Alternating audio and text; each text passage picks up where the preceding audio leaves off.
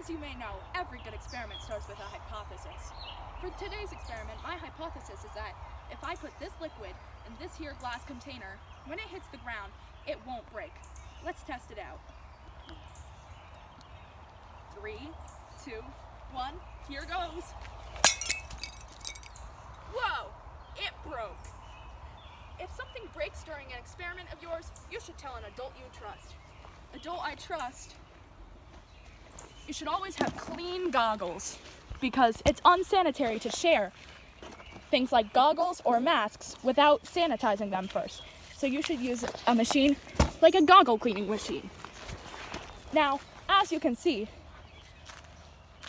that is not safe. If you break something during an experiment, you should always go to an adult you trust who can clean it up safely.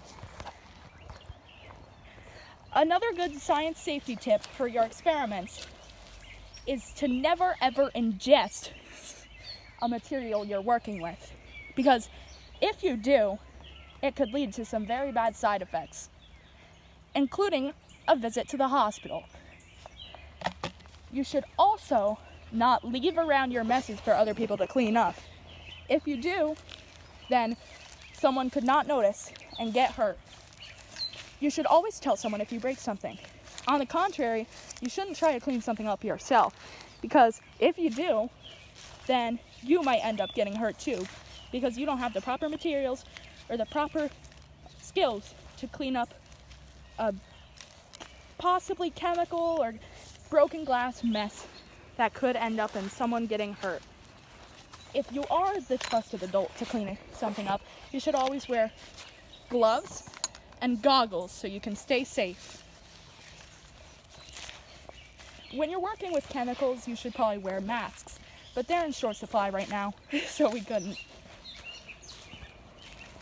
When you're in a lab, you should always never play around with the materials. If you play around with the materials, you could end up getting hurt, like this broken glass.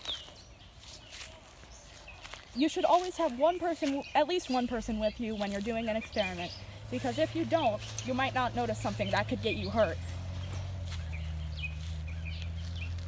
That's all of these science safety tips. Be sure to follow all of these and a couple other common sense ones, and you'll be good to go in the laboratory.